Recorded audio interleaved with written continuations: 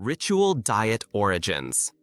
Imagine a world where every berry, every root, every animal wasn't just food, but a living story. A story of the spirits that granted it, the ancestors who discovered it, or the dangers it represented. This isn't just ancient history. It's the very foundation of ritual diets. Before we ever worried about macronutrients or calorie counts, humanity was imbuing food with sacred meaning, transforming the simple act of eating into a profound language of connection, protection, and identity.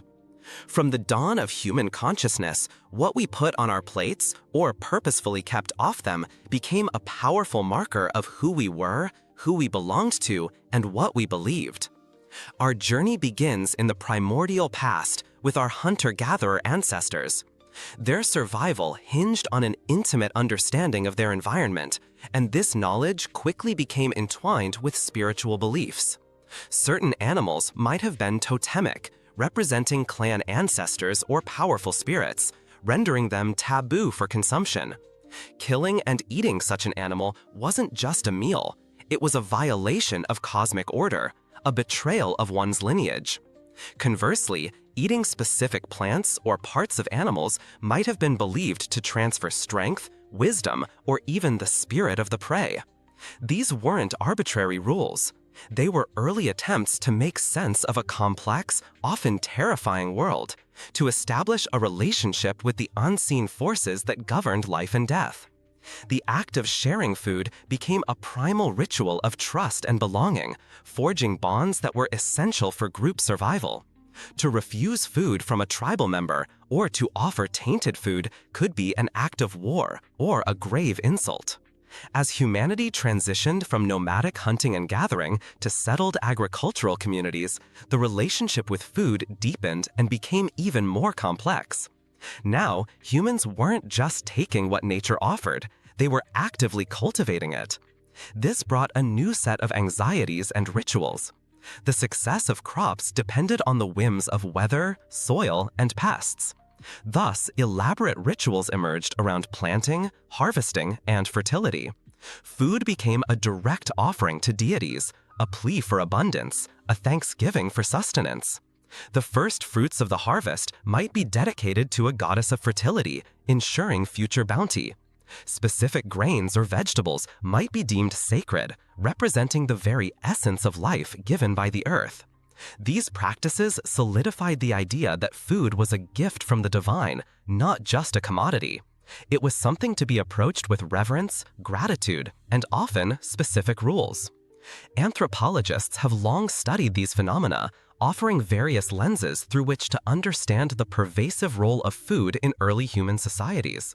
Structuralists like Claude Lévi-Strauss explored how the distinction between raw and cooked food reflected a fundamental human shift from nature to culture, symbolizing our ability to transform and impose order on the world. Others, like Mary Douglas, highlighted how dietary rules often served as powerful metaphors for social boundaries and moral order. What was considered clean or unclean in terms of food often mirrored what was considered pure or dangerous in society itself. A forbidden food wasn't just physically harmful, it was ritually polluting, threatening the very fabric of the community and its relationship with the divine.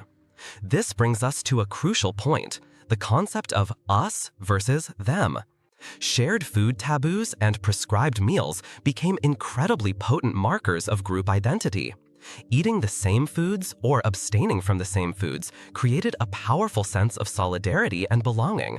It established who was part of the inner circle, who shared the same values, the same understanding of the sacred.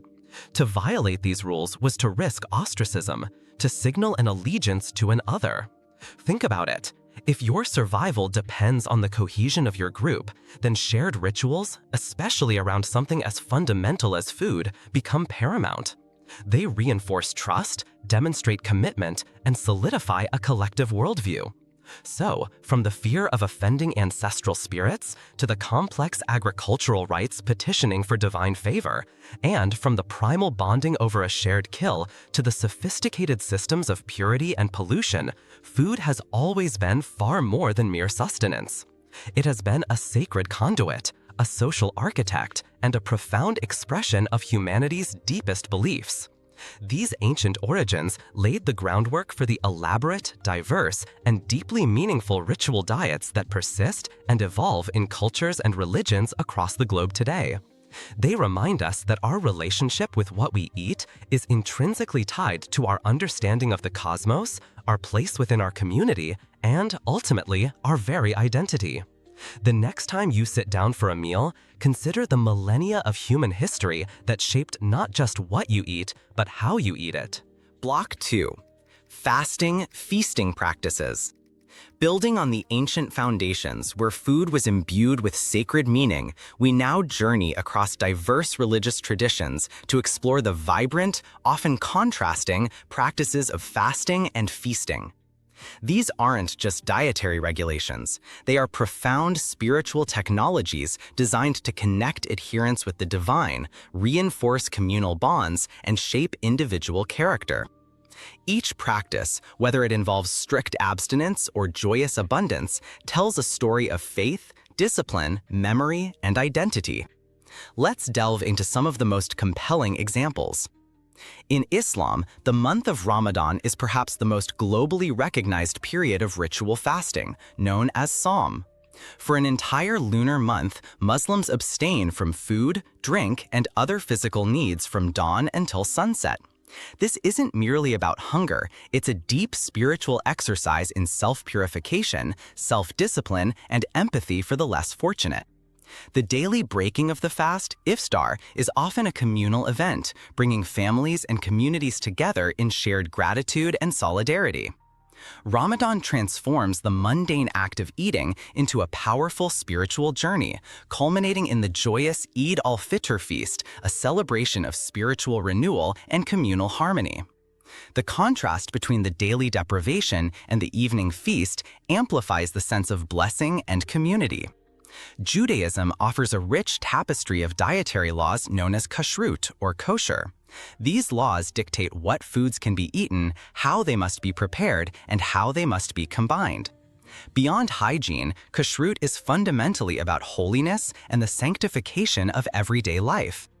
It's a constant reminder of one's covenant with God, a tangible expression of Jewish identity. Observing kashrut requires discipline and mindfulness, turning every meal into an act of devotion. Then there's the Passover Seder, a foundational feast that is anything but ordinary. It's a meticulously choreographed meal laden with symbolic foods like matzah, maror, and charaset. The Seder is a living memory, a ritual retelling of the Exodus story, ensuring that each generation internalizes the narrative of freedom and divine intervention. It's a feast designed not just for consumption, but for education, remembrance, and the reaffirmation of collective identity. Christianity, while less prescriptive in its daily dietary laws than Judaism or Islam, incorporates significant ritual practices around food. Lent, a 40-day period leading up to Easter, involves fasting, abstinence, and repentance, often including giving up certain foods or luxuries. It's a time for spiritual reflection, self-denial, and preparation for the celebration of Christ's resurrection. The most central Christian food ritual is the Eucharist, or Holy Communion. This sacrament, where bread and wine are consumed, is believed by many to be the literal or symbolic body and blood of Christ. It is a profound act of remembrance of Jesus' sacrifice, a communal sharing in his divine life, and a powerful symbol of unity among believers. The Eucharist transcends a simple meal, becoming a mystical encounter, reinforcing the theological underpinnings of the faith and fostering a deep sense of belonging within the Christian community. Hinduism presents another fascinating spectrum of food rituals. Vegetarianism is widely practiced, rooted in the principle of ahimsa towards all living beings. This dietary choice is not merely a preference, but a spiritual discipline aimed at cultivating purity, compassion, and a deeper connection to the divine. Beyond everyday diets, food plays a vital role in puja through the offering of prasada. Food, often vegetarian and prepared with devotion, is offered to a deity, then consumed by devotees as a blessed substance. Prasada is considered sacred, infused with divine grace, strengthening the bond between the worshipper and the divine. Feasts are also integral to Hindu festivals like Diwali, celebrating abundance, community, and specific mythological narratives. Across these diverse traditions, common threads emerge. Fasting is consistently linked to purification, discipline, and a heightened spiritual awareness. It's a way to subdue the physical self to elevate the spiritual, to cultivate gratitude for what is often taken for granted. Feasting, conversely, is about celebration, abundance, and the reaffirmation of communal bonds. It's a moment of shared joy, memory, and the tangible experience of collective identity. These practices are not just about food itself, but about the profound human need for meaning, belonging, and connection to something larger than oneself. They transform biological necessity into spiritual opportunity, shaping individual lives and entire civilizations for millennia. Each bite, or abstinence, becomes a deliberate act of faith, echoing traditions passed down through countless generations, keeping the sacred flame of belief alive. Block 3. Identity, modernity, impact. Having explored the ancient origins and diverse practices of ritual diets, we arrive at a critical juncture. How do these deeply ingrained traditions navigate the complexities of the modern world? In an era defined by globalization, secularism, scientific nutrition, and rapid social change, ritual diets face both profound challenges and surprising adaptations. They continue to shape individual and collective identity, demonstrating the enduring human need for meaning and belonging even as new, secular forms of dietary ritual emerge. One of the most significant challenges for adherents of traditional ritual diets is the clash with modern secularism and globalized food systems. For many, strict dietary laws can be difficult to maintain in a world of convenience foods, diverse restaurant options, and social gatherings that don't always accommodate specific requirements. A Muslim student in a non-Muslim country might struggle to find halal food, or a Jewish professional might find it challenging to observe kashrut while traveling extensively. The scientific emphasis on nutrition can also create tension. While many traditional diets are inherently healthy, their primary purpose is spiritual and communal, not necessarily optimal physical health according to modern science. This can lead to internal conflicts or external pressures to adapt or even abandon practices that are seen as outdated or inconvenient. Yet, these ancient practices display remarkable resilience and adaptability.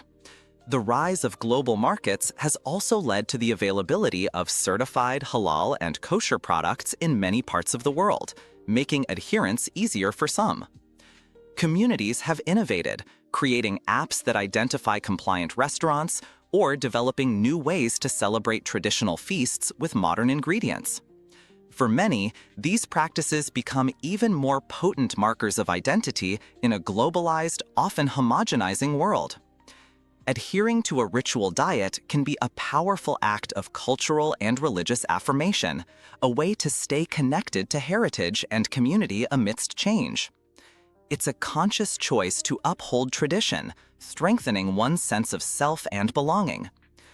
Beyond traditional religious observance, we are witnessing the rise of spiritual but not religious dietary movements, as well as secular choices that echo the ritualistic patterns of faith-based diets. Consider the explosion of veganism, not just as an ethical stance against animal cruelty, but for many, a spiritual path towards greater compassion, environmental stewardship, and personal purity. Similarly, movements like clean eating, paleo, or keto, while framed in terms of health and wellness, often involve strict rules, periods of abstinence, specific food pairings, and a sense of moral superiority or communal identity among adherents.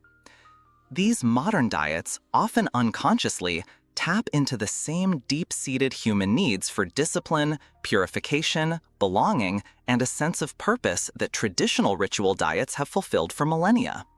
They create us and them distinctions, foster communities, and offer a framework for living a better or more authentic life. Even secular dietary choices, from intermittent fasting for health to locavorism for sustainability, carry echoes of ancient food rituals.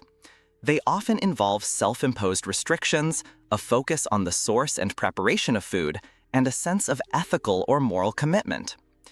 They provide a narrative, a sense of control, and a connection to a larger ideal, much like the ritual diets of old.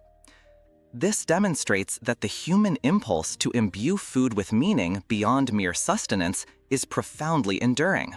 It speaks to our inherent desire for structure, for belonging, and for a tangible way to express our deepest values and aspirations. Ultimately, whether through ancient taboos, structured fasts and feasts, or modern dietary movements, our relationship with food remains a powerful mirror to our souls. It reflects our beliefs, our identity, our connection to community, and our yearning for something transcendent. In a world that often feels fragmented and chaotic, the deliberate choice of what we eat or what we abstain from continues to be one of the most intimate and profound ways we define ourselves and find our place in the vast, complex tapestry of human experience. The plate, it turns out, is a canvas for our deepest human stories.